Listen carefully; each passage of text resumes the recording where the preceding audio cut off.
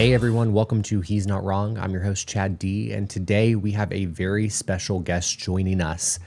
I know all of you know who she is. I know for a fact that if you followed the news even just a little bit, you've heard her name on repeat across all platforms and networks over the last few weeks. Aftyn Behn is joining us to talk about the lessons that we have learned from her campaign, what we as Democrats can do to improve our chances of winning in our local communities across the country, and what we need to do to ensure that we do not lose the momentum that her campaign gained in the special election in Tennessee's 7th congressional district. Aftyn is hands down one of my favorite guests that we've had on the podcast in the past year. Her care and love for her community are evident in everything that she says and does. No one runs for office and endures the brutal nature of a nationally scrutinized race because they hate their community. So I want to take a moment to condemn the hate and vitriol being directed her way. The critiques are unfounded, they are not true, and they need to stop. I am inspired by Aftyn, by her love of public service, and by her commitment to doing what is right and just for her community. And I hope that you feel the same by the end of this episode. So I now give you my conversation with Aftyn Behn. Aftyn, welcome to He's Not Wrong. Thank you so much for joining me today. How are you doing? I'm great. Just trying to pull my life back together after running for Congress for 9 months. But excited to be here. You have had about a week and a half since the campaign ended. What have you been able to sleep? Have you gotten rest? How are we feeling? Yeah, I have about 300 unanswered text messages that I have not responded to. I'm someone I'm an extrovert introvert, so I can put myself out there, be gregarious, but it takes a lot, and so I've just kind of been in a hole, like recuperating and planning the next move. Yeah, no, I feel that. I'm the same way. I very much am energized and motivated by the people around me, but there is a drop-off point where I'm like, Yes. Okay, I have to go into my hole. One thing that I appreciate about you and admired since the start of your campaign and your work in public service is how unapologetic you are with everything that you do.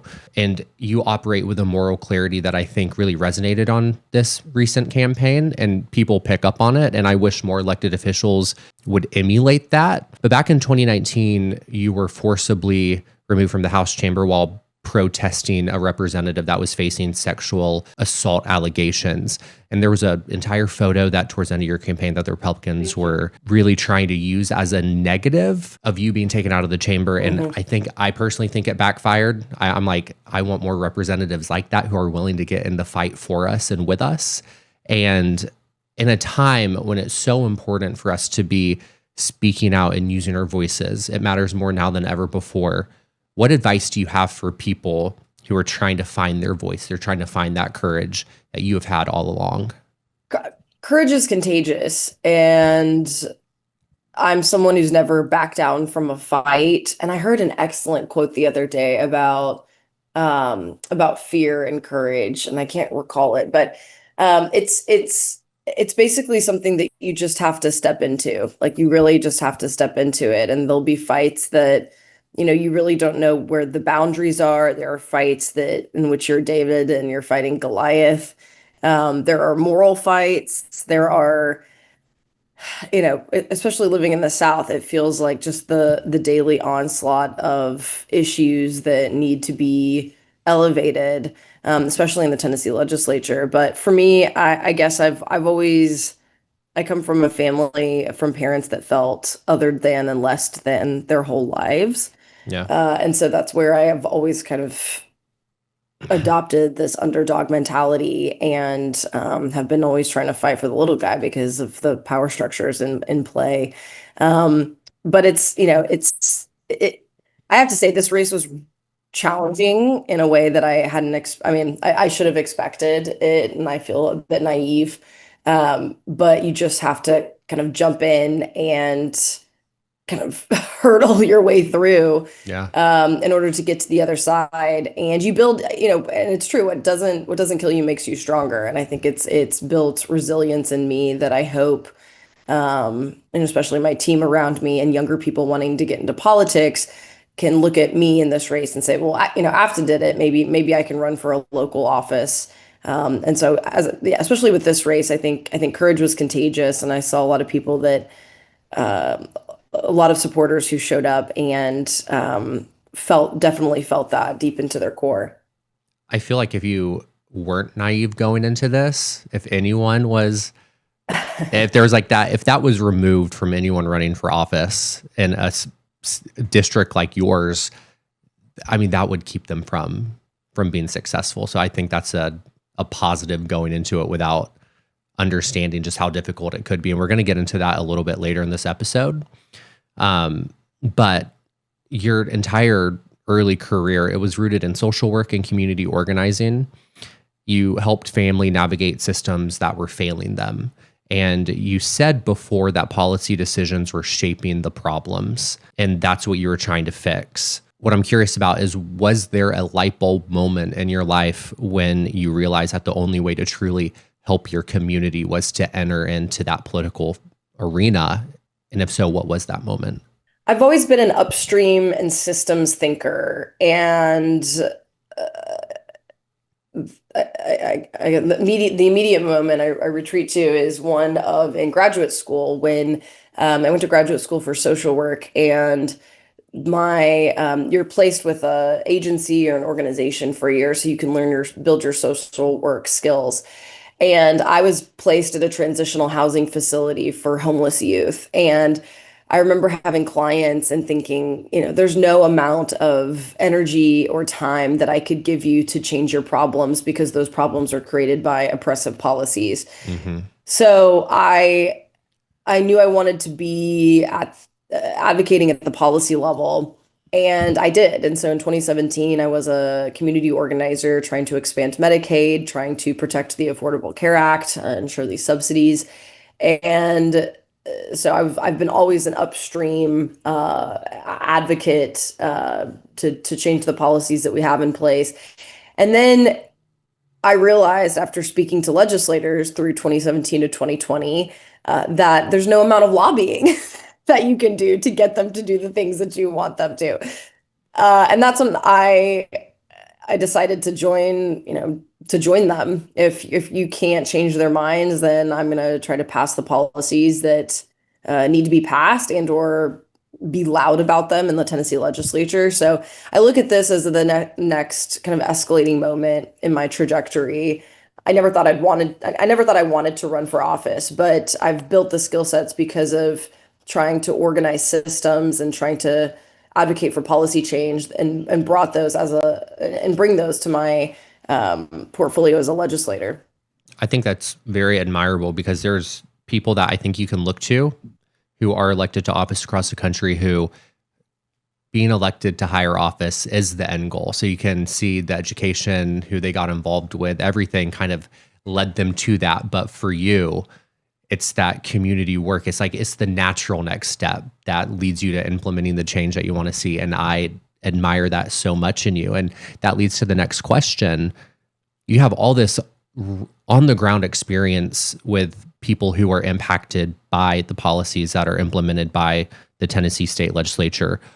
What do most lawmakers without that on the ground experience consistently miss? Oh, they're passing bills because their cousin called them, and there's no political focal point. And I am someone who has a deep political foundation in this work because I went to school for social work and because of my community organizing background. And so my politics and as a legislator, I center the most impacted in my policies, whether that's the unhoused, whether those are, the most marginalized communities, and they inform the work that I do. And I can't say that of most of my colleagues.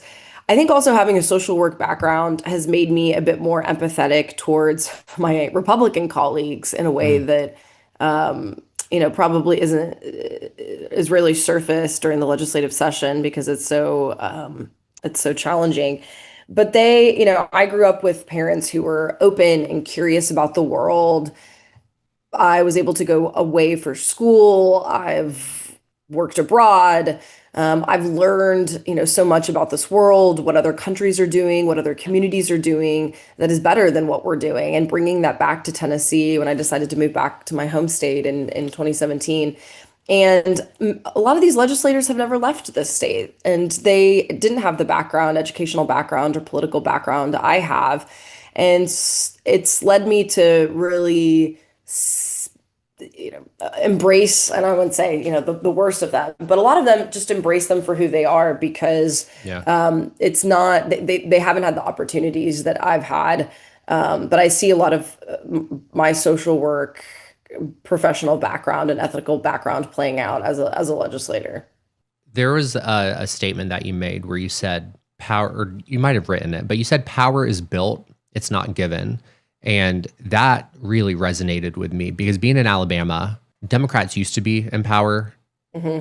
And then there was just like a day where it just flipped. And then we've had several decades of Republican control. We'll get into that a little bit later. I say that because in a state like Alabama, you have Richard Shelby, who was a U.S. Senator, and he pretty much passed the baton to Katie Britt. And I'd be remiss if I did not apologize for Alabama giving America Katie Britt, because that is awful. But in that situation, I feel like when Republicans have that much control over the way our government is formed and our processes, power is often given. And this philosophy that power is built and it's not given is something that I wish the Democratic Party in Alabama really would adopt and unite behind. With that in mind, how did that shape how you built out your campaign and you built coalitions and empowered the voters who you would come in contact with every single day? What's overlooked in this campaign is this is a culminating, well, a culminating meaning of a long-term kind of 8 to 6 year project, but the beginning of something really bright, I think,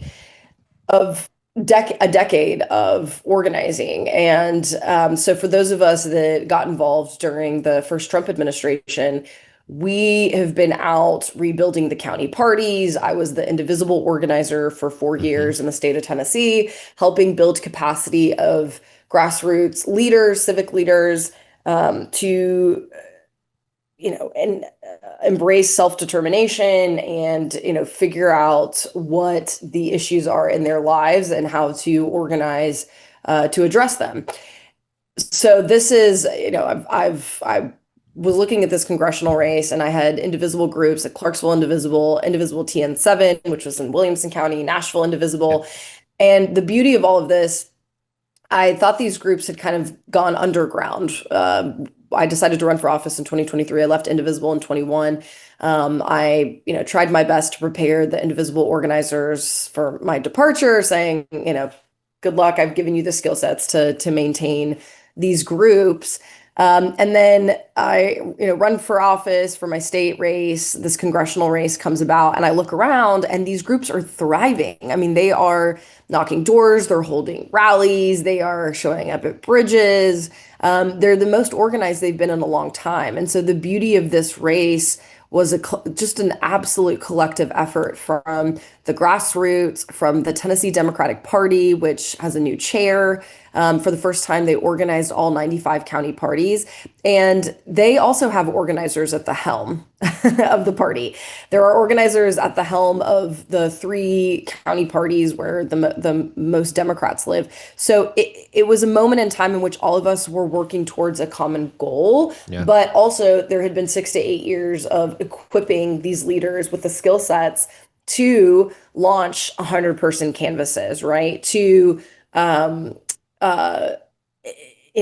take the No Kings protest, for example, and channel all of that energy into this race. So it was really an incredible moment of collaboration for everyone involved and across the political spectrum. And I'm excited to see what comes next because you've got, I think when organizers at the helm, you just have a better understanding of the power landscape and what we need to do to, take back our state, which I'm sure is what you're grappling with as well. Yeah. And I'm really happy that you say that because I didn't even set up the question to get a local community organizing answer from you. But I love asking my guests and I have all kinds that come on to He's Not Wrong. Always, always, always there is a point in the conversation where it gets directed to get involved locally in your community. And I really appreciate you saying that, because in a state where the Democratic Party might not be as organized, and I feel like there are a lot of places like this, like your district in Tennessee, like where I live in Alabama, across the country, that can really hone in on that idea that you don't have to start big. You can start with your local chapters and branch out from there. And so I really appreciate you saying that. And we're now going to get into talking more about your campaign in depth. We've been following it from the very beginning. I got a call several months ago from Gabe Alamont and her team at Engage Y'all telling us that they were getting involved in your primary. That was well before the November special elections, before we had any kind of real data that a movement was happening for Democrats. Like, we knew there was an opportunity. We knew people were frustrated with the way our politics are going, but there's like no hard data pointing to what could be. And they believed in you at Engage Y'all so deeply, even with your district being plus 22 Republican. I know, Gay's been on my podcast a few times, but I know that she believed that if her district in Florida could gain back the points that she did earlier this year, that yours could too. And you proved her right beyond what I think anyone was expecting. And I hope you're not tired of hearing this, that even in your loss, it was a major win. But I'm curious what the next steps are for Tennessee 7, for you, and for Democrats nationally as you move forward from the race a week and a half ago. Yeah, I mean, looking back, Gay did an excellent job moving the needle in her district, and you have to you have to run as hard as possible in districts that seem unwinnable. And they created, I mean, these maps and these districts are drawn to be uncompetitive. It is the goal. Like, that is the goal, is to codify the will and the representation of the minority. And they did that. And in our race, there are, I think, major takeaways. One is that you have to have someone who is an energizing force at the top of the ticket, so that people want to get out in the bitter cold and knock doors. And I'm a workhorse, so I'm very much, I'm just always hustling, always organizing. And I think that was needed for this race to even get, close the margin that much. The nationalization of this race was pretty intense compared to the other special elections in the country, particularly like Gay's race was in the spring, when everything was just kind of, I mean, everything is still chaotic, but the deluge of federal chaos was circumventing a lot of the national news about her race. This race, the entire country was fixated on it. And then when the Republicans conducted their internal polling, showing us within 2 points, 2 to 4 points, that's when they decided to bring in Trump and Speaker Mike Johnson. And so we really tried to not nationalize the race, but it was inevitable considering the timeline and the just how close it was, because I think Gay's district was also like an R plus 33. So for our state, I think we're hoping to build on the momentum in this race. I'm thinking about the 1,000 new volunteers who showed up and knocked a door for the first time or phone banked for the first time. How do I onboard them to the Tennessee legislative process and advocacy? How do I get them more involved in the Tennessee legislature? Because I think a lot of people are fixated on what's happening at the federal level, but the Tennessee legislature is where their attention should really be. So how do I equip them with the skill sets to engage in legislative advocacy? So I'm thinking about that. And then, I don't know, I've got to spend some time with my family and my friends. This race was really tough, emotionally, mentally. And, it wasn't fun having the entire RNC apparatus breathing down my neck and just churning out terrible information about me, of which, when, I walk around in the city now, people think I hate Nashville, which is not the case. And yeah, it was just really tough. So I've got to figure out, I've got to talk to my network and my people and see, but I'm not going anywhere. Tennessee's always been a long-term political project for me, and the pendulum will swing. The pendulum will swing. It's not going to swing dramatically. It's like Alabama and Tennessee next year. It will swing probably like in 2034 after redistricting, because if you remember correctly, like we had Democratic supermajorities Yep.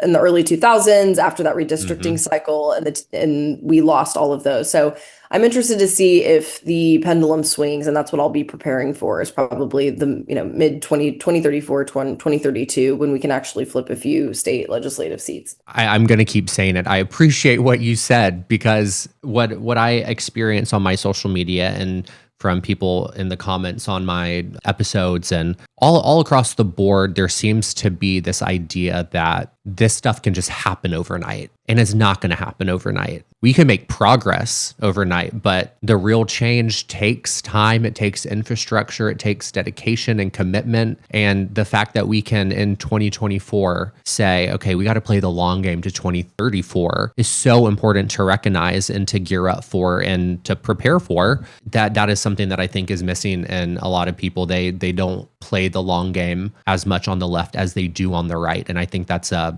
missed opportunity for a lot of places, or a lot of people in places like Alabama. As I mentioned, your district was, and the key word here is was, plus 22. When you entered the race, it was plus 22 for Trump from the year before. What did you see that convinced you, like, yeah, I can do that. I'm entering this race? It was less about I mean, I've organized in Tennessee for a decade, so every district is tough. Every race is tough. Our theory of change from the beginning of the race, it was affirmed again and again. One, that I am someone who can turn out Democratic voters, which we Yeah. knew this was going to be a mobilization race. I had the highest total voter turnout of any Democratic state rep in the 24 cycle. So I have a track record turning out and mobilizing Democrats. Two, I had been on TV as a state legislator pushing and organizing to end Tennessee's grocery tax. Yep. So I already had a name synonymous with low taxes, affordability, and in my mind, I think we believed that we could leverage a lot of that organizing that we'd been doing the past 3 years for this race, which was true as well. And then three, when I worked at National Indivisible, I had seen these special elections and understood inherently what they could do for a state like Tennessee and the opportunity in front of me. And so I wanted to make sure that there was someone trustworthy with our messaging that wouldn't sacrifice marginalized groups at the table for a talking point, right? But someone that we could trust with our message, someone that we could trust with our communities, and then ensure that those resources were going back to local talent. That was a big thing, to ensure that there is infrastructure, lasting infrastructure after this campaign. And there is. And yesterday I met with my team. We're going to continue organizing. They're going to continue working campaigns. And that was the goal of the campaign. And so, for me, a barometer of success for any campaign is how many people knock doors for their first time, how many young people build their skill sets to take on bigger and larger roles, and how inspired do people feel. And for me, I didn't realize, I was kind of shocked. I'm in this, just as a side note, I'm in this learning cohort for the music industry. It's a bunch of music industry professionals, and then me, because I'm a legislator but represent downtown Nashville, and so I'm learning a lot about music policy. And Hank Williams' grandson came into our class to perform, and after he was done, he stood up and he's like, "Are you Aftyn Behn?" And I said, "Yes." And he goes, "Oh my gosh, I tried to vote for you and I couldn't." And he's like, "Can I get a picture with you?" And for me, it was so, he's like, we are so proud of you and we're so inspired, and my community is just so grateful. And it was just a surreal moment. And there's not one day that has gone by. Obviously, it's only been a week and a half, but when I'm out, people just coming up and just, patting me on the shoulder saying, "Good job. We're so proud." And for me, that is the greatest gift. I mean, I wanted to make my state and my Yeah. community proud, and I think we did that. I can absolutely say that you did that. I have a lot of friends who I went to Auburn University, and I feel like Auburn is like a direct feed into Nashville. I have so many friends I went to college with who now live in Nashville, and they all were following your race closely. I know so many of my friends voted for you. I put on my personal Instagram that you were coming on to try to get my little network excited, and my personal network, I should say, and all the Nashville folks were so excited to see you come on here, and I know they'll be listening. And so I know the support for you truly did run deep, and you made them all so proud. I thank you on behalf of them. I want to preface this by saying this is a personal belief of mine because I've seen it in a lot of races. I've seen it in Alabama. I think we saw it maybe at the beginning of your campaign before the primary, but I firmly believe that your race was a turning point for the Democratic Party. But what I think we see is organizations like the D-Trip, the National Party, they're very quick to fundraise off of certain candidates, but then they're slow, or they just rarely offer meaningful support in districts like yours. I know there are countless communities across the country that just feel abandoned by the Democratic Party.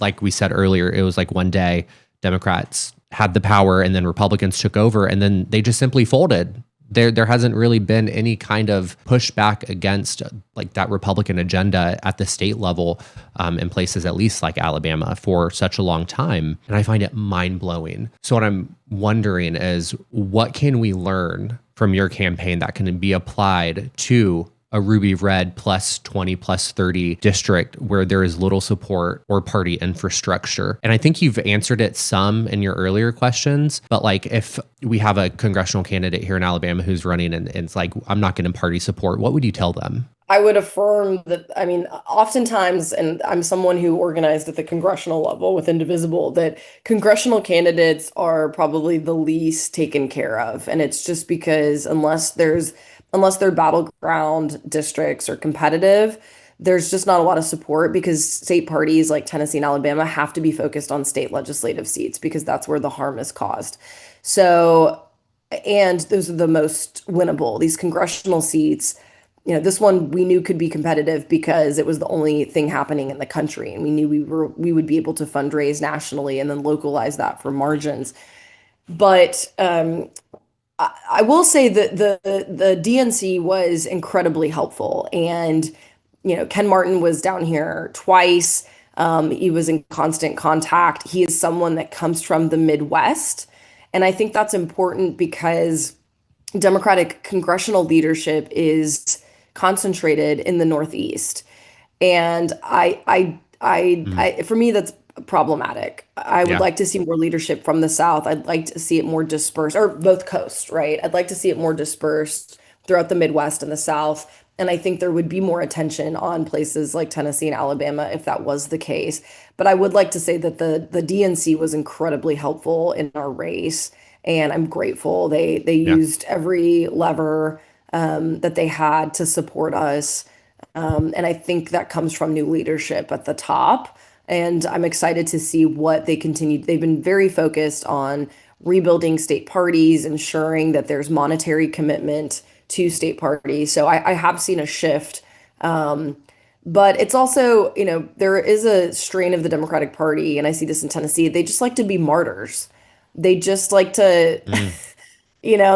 they're they don't have a platform if they're not complaining about Republican overreach. And I'm not saying that it is a very, very true statement that Yeah. our state government is, unhinged and spiraling out of control. But I've really tried to focus I really made a dogged effort the last 2 years, especially during Trump 2.0, to be less reactionary and more Mm. proactive.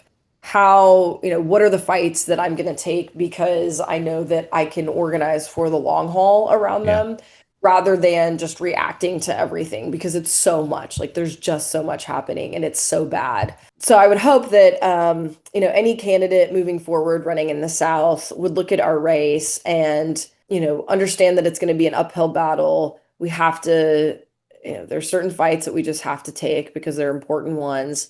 And what is the leftover infrastructure that you can build for the next person who runs or the next down ballot candidate who runs.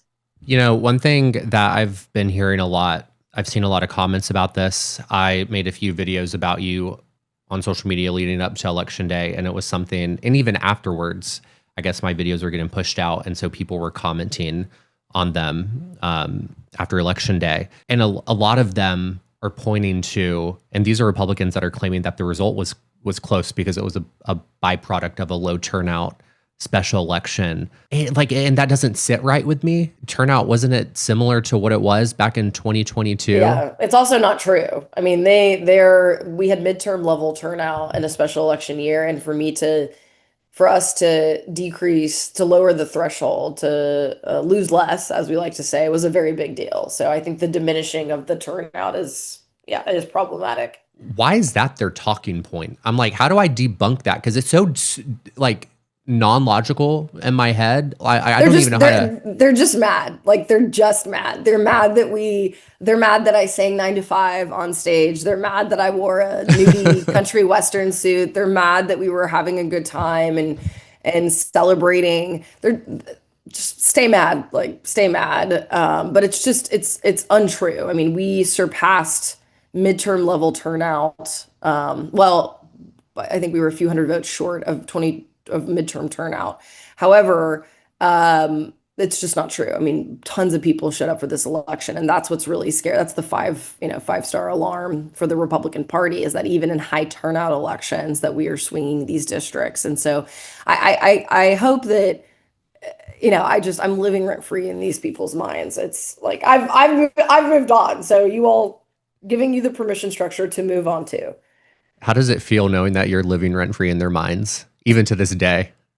I mean, Trump, I guess there was one night, I'm not on Truth Social, so I didn't, but I guess he, stayed up all night and tweeted over like 400 times. And Oh, yeah.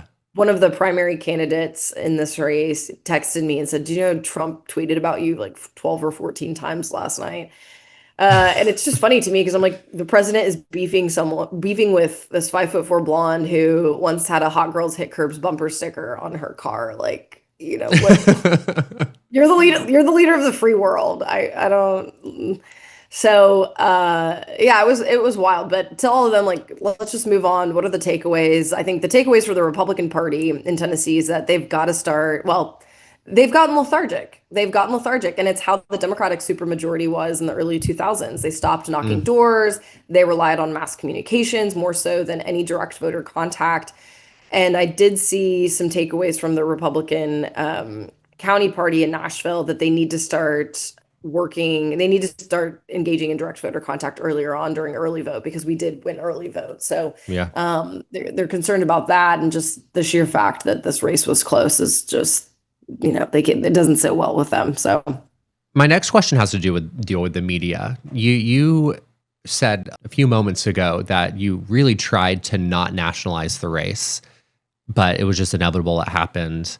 It is what it is. It goes without being said that Republicans and like the MAGA branch of their party specifically, they built this media infrastructure that I don't think we have fully realized yet. In places like Alabama, and I know Tennessee has it too, not only do Republican press outlets like rule supreme, but so does the grip of these consultant Republican blog sites that look like news sites, and it's meant to confuse people into thinking it's a news article, but really they're just like paid out of a pack for someone to smear other people. Anywho, look, I feel like local media coverage for Democrats in red states is often limited or framed through a conservative lens. Like you said, your race did get national press, I think, primary to the end.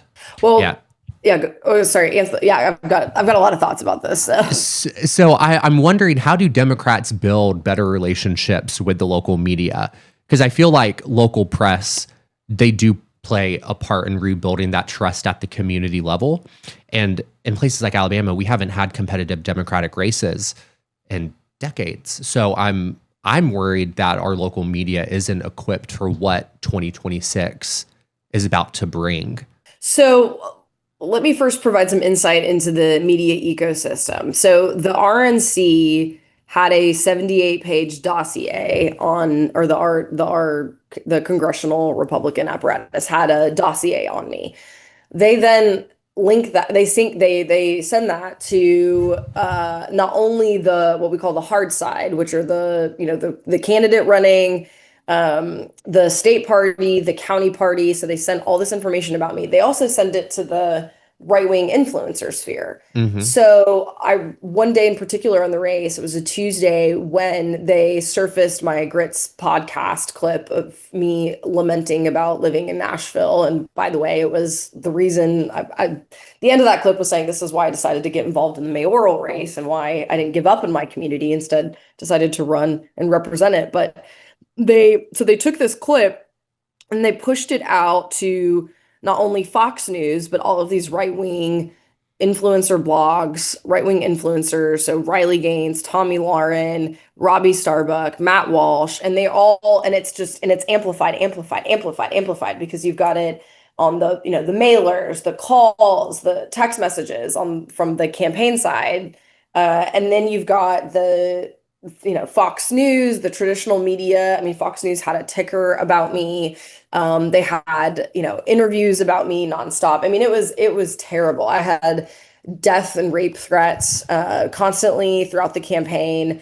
And so it's very much a plug and play. And I think the Democrats are in the process of building kind of the same breadth and scope Yeah. of an apparatus because we desperately need it. I mean, the onslaught that I felt was unparalleled to anything I've experienced.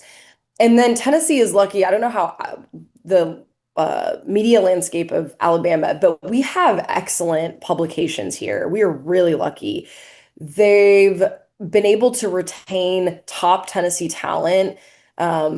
And so I've just been very impressed. Like we have the Tennessee Lookout, the National Banner, which are both nonprofit Hmm. entities. We have the National Scene, the Tennessean, the local channels. I mean, I commend all of the local media landscape. They've done, I think, as best of a job they could. I, I'd say the pitfalls are mostly from, how am I trying to say this? I think there's a certain type of journalist that has reported on politics in the past that doesn't understand organizing. And so what looks as like a very, transactional, like, Afton's a progressive organizer, but like, what does that mean? And I think Yep. the story that wasn't told in this race is just how much work went into it to get it in order for this race to be competitive.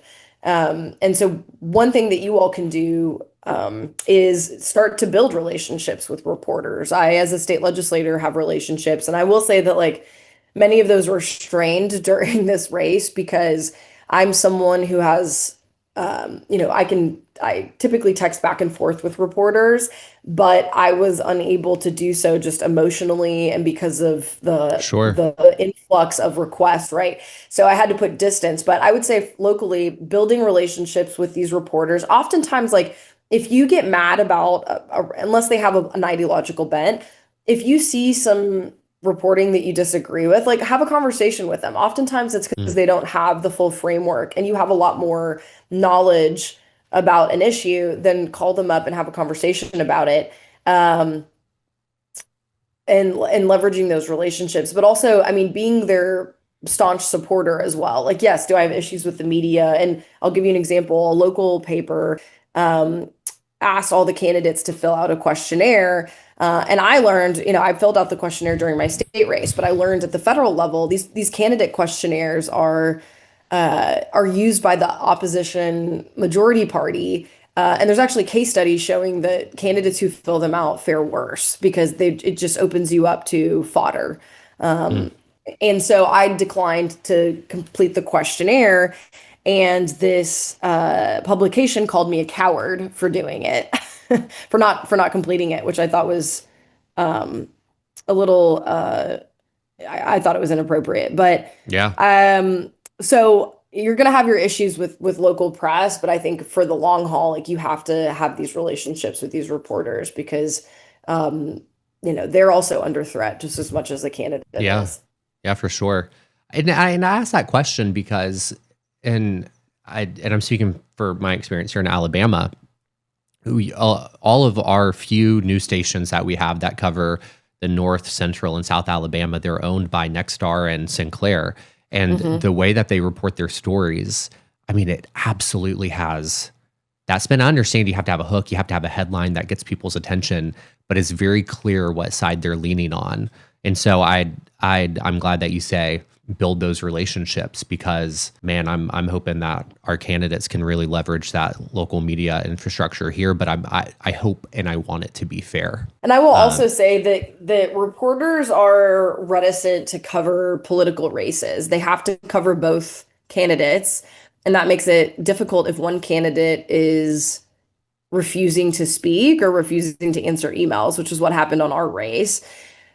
This race was nationalized. So we did end up having a lot of local and national press, but I would just, as a caveat, it is challenging for reporters to cover political races when, one party or one candidate isn't responding. So just know that is an issue. on your campaign, throughout everything, and looking back on it now that it's done, what's the one thing that resonated with people the most? The sentiment that the system is rigged against them, Oh, and that manifested in different ways, but it's just things are not working. Things are not going well for most people. hmm And to have someone who validates that feeling again and again and again and explains, no, it's not immigrants it's making your life harder. It's actually the billionaires and these multinational greedy corporations that would rather us fight each other, so we're not fighting them.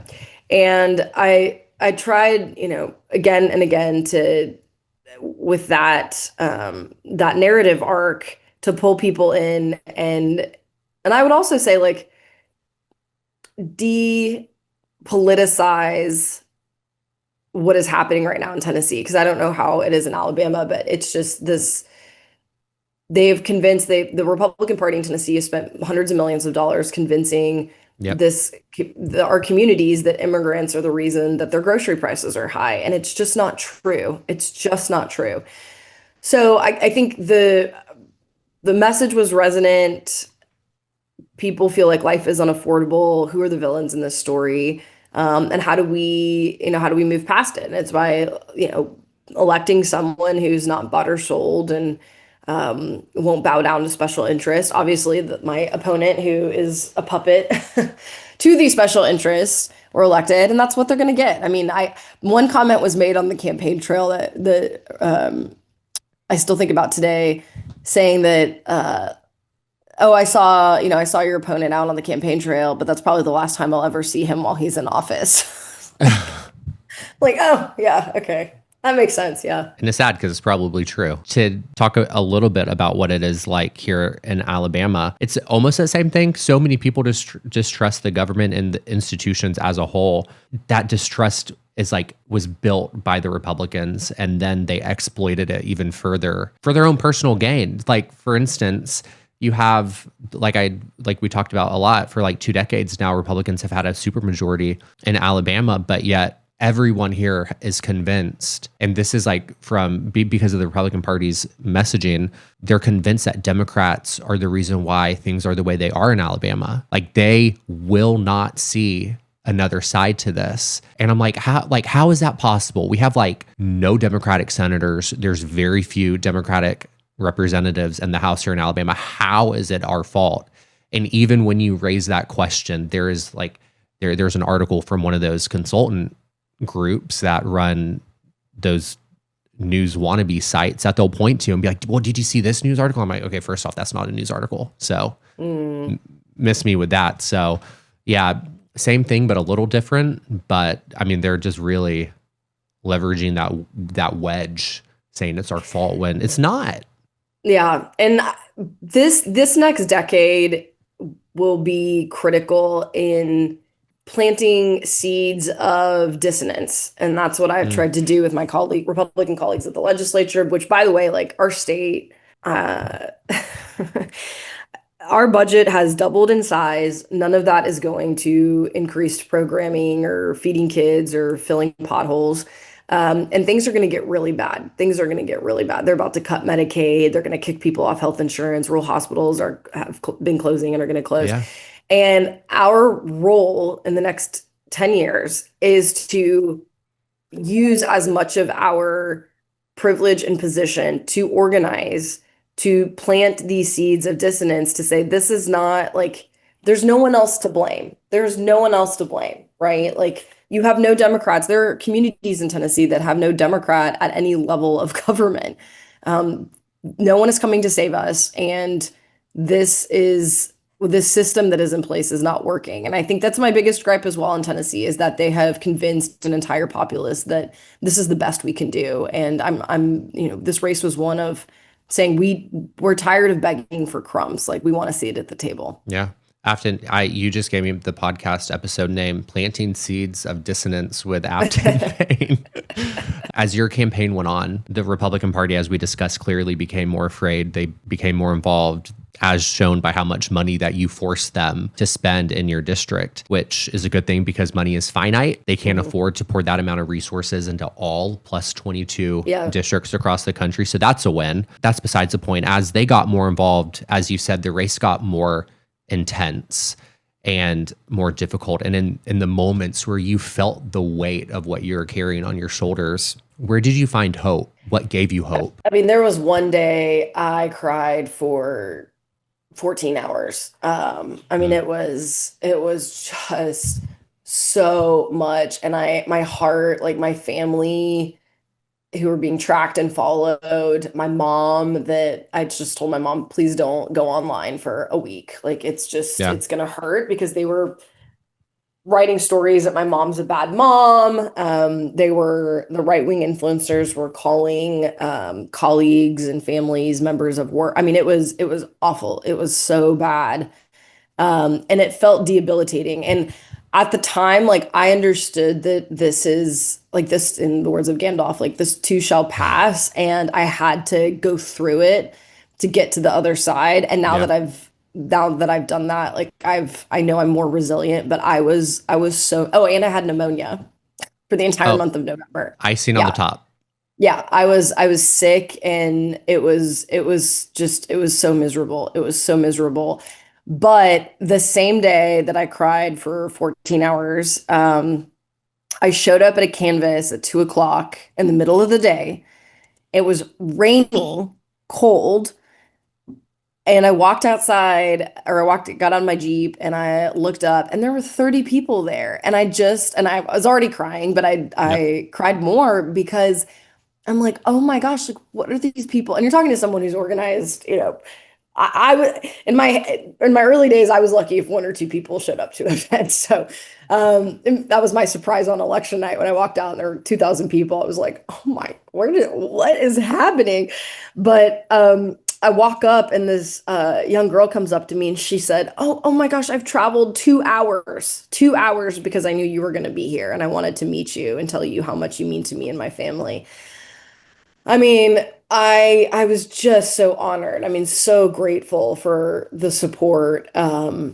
These little kids show, and another phone bank, like on election day or maybe the day before, these 3 high school girls from a local high school in Nashville showed up, and I'm like, oh, welcome to the phone bank. They're like, oh, we've been here. We've been doing this every week. And I was like, oh, okay, good to know. You're the OGs here. Like, I was so, once again, this comes from a deep humility after years of very few people showing up and caring about what you did, to showing up and there being 100 people at these canvases. I mean, it was so inspiring, and my team was so inspiring. And so there's just so much to be hopeful for. And really, the hope rests with young people. I think that there's going to be a massive generational shift in the next 15 to 20 years. Gen Z, my goal is to train as many of them to organize, so that they can, be in office in state government, and rebuild the state apparatus to deprivatize it, because our entire state government has been privatized. Preparing them to run for office, because there's, think of the gerontocracy right now. There will be so much upheaval and shifting, and we have to have young people that are ready to take the helm. So I just the hope that I have is with the young people of this country, and I'm so excited to see what they do with when they are given the reins. Yeah. I ask all my guests what gives them hope because, like, I mean, we don't even have to point out just how awful it is nowadays. Our humanity is being stripped from us, and there's so much happening that we just can't respond to everything. But I find it important to see hope through your eyes because with everything that you've gone through, the battles that you have fought, if you can find hope, then I too, in my everyday, can find something to be hopeful about. I think that's so important. And I also commend you for the work that you've done with young people because that's something that we don't see from really anyone is investing time in our youth. Last weekend I was at a campaign event for Doug Jones, and I didn't ask him, I told him because I was approached by someone at a bar that followed the podcast, and they knew I was supporting Doug Jones for governor of Alabama. And they said, if he wants our vote, he's going to have to show up in third spaces. He's going to have to like come to the coffee shop unannounced and like check in on us, ask how we're doing, be there for us. We're tired of business as usual politicians. And the fact that you invest your time and your money and your resources into building up that next generation is so important. What did you learn about engaging young voters in your campaign, and what should Democrats and honestly Republicans, everyone across the board, stop assuming about that youth vote? I mean, they want to be connected. They absolutely want to be connected. They need the skill sets to figure out how to move forward. Like I think a lot of them understand that the system is rigged and that they need more power and more agency.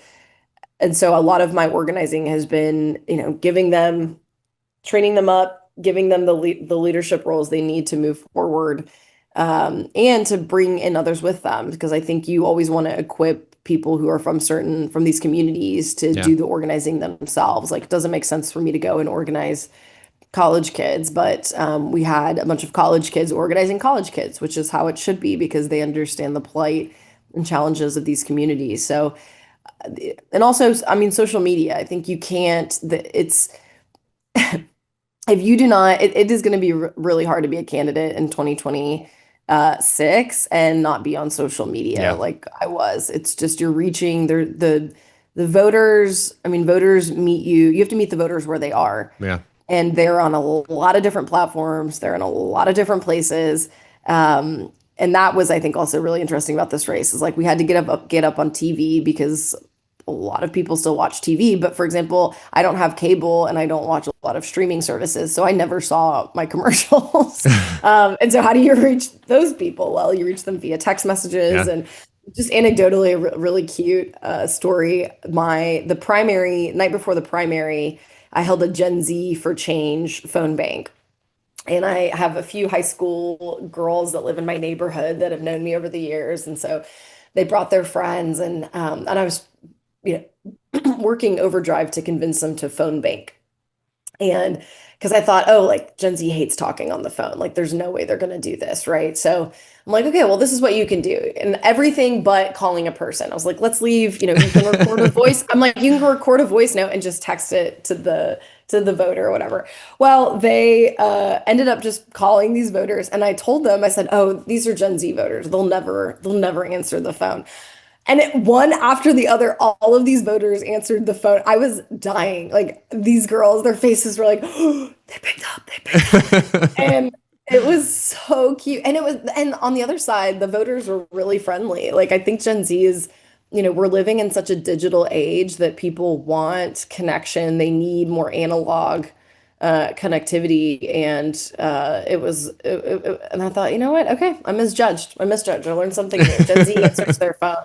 What do we need to do to ensure that we do not lose out on the success and the ground that you gained in your race? It needs to be strengthened and expanded upon and not lost. What do we do to make sure that happens? You have to have functioning county parties. Like however you feel about the Democratic Party, they are having functional county parties that know how to canvass, that can do it off year is really important. And Yeah. so if you are whatever, even if you don't want to join the Democratic, county party, there's other organizations in your state that also knock doors year round. So in Tennessee, we've got a bunch of organizations that do issue advocacy and then knock doors for that issue advocacy and then knock doors during election cycles. So it's, as you are able, I think it's easier said than done, especially if you are differently abled, but we have to be doing voter contact year round Yeah. and in off years. There is no way to move the needle in states like Tennessee and Alabama if you are not talking to voters year round.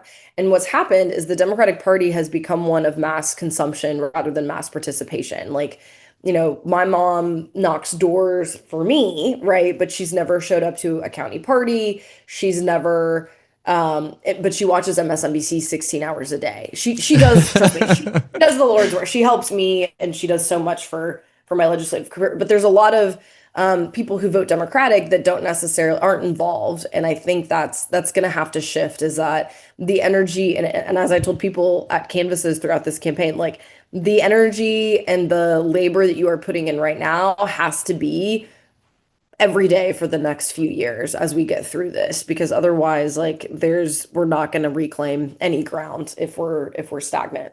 Yeah, valid. So valid. And I believe Vice President Harris said this before she went on her book tour. She was like, I just want to speak to people and not have to ask for their vote.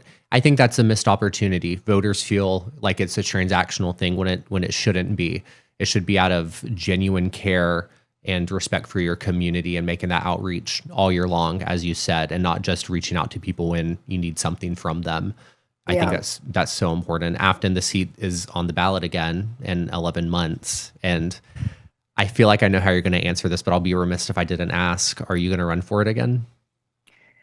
I'm still in communication with my team and my family, so I've got to figure it out. Because I also have to run for my state house seat. So I don't know how it is in Alabama, but in Tennessee, you can actually run for both seats. And there's a lot of, in my constituents, I mean, they have, it's been a bit of a whiplash with my constituents because they will have voted for me because I won in a special in 2023. And so they will have voted for me for almost 3 years in a row, which, I mean, it's good. But I need to, yeah, I've got to think through some things, but I'll get back to you in the new year. Sure. Final question. What are you not wrong about? That southern states need investment, that we can't just leave them to their own devices, because what is happening in Tennessee and Alabama will be happening in blue states if we don't start investing in candidates like me and campaigns like ours, and communities. And that's what it's going to take. And it's heavy and arduous work, but it's worthwhile, especially if you love the places that you're from. And I think my biggest grievance in politics is folks not from the South saying you get what you voted for, because I didn't vote for the highest maternal mortality rate in the country, the highest cost of groceries in the country. And I'm hoping that the tenor across this country, at least when it comes to the perception of the South, shifted with this race. It's like, oh, they are gerrymandered, they are putting up fights, they are dealing with things that in other states couldn't even possibly imagine. And so the South is worth being invested in. 100%. You're not wrong. And I cannot tell you how many comments I get from people at almost every video that I post, every podcast that I publish. Well, Alabama's getting what they deserve. This is what they voted for. I did not vote for the hospital in my community to close down. I'm so sorry. No. And that's why I will not back down from the fight and using my voice and volunteering and donating to candidates like you. And Aftyn, I cannot say thank you enough for your time this morning, for everything that you've done and you continue to do. I'm so grateful and thankful for you. And I hope we can have you back on at some point in the next year. All right. Well, thank you so much.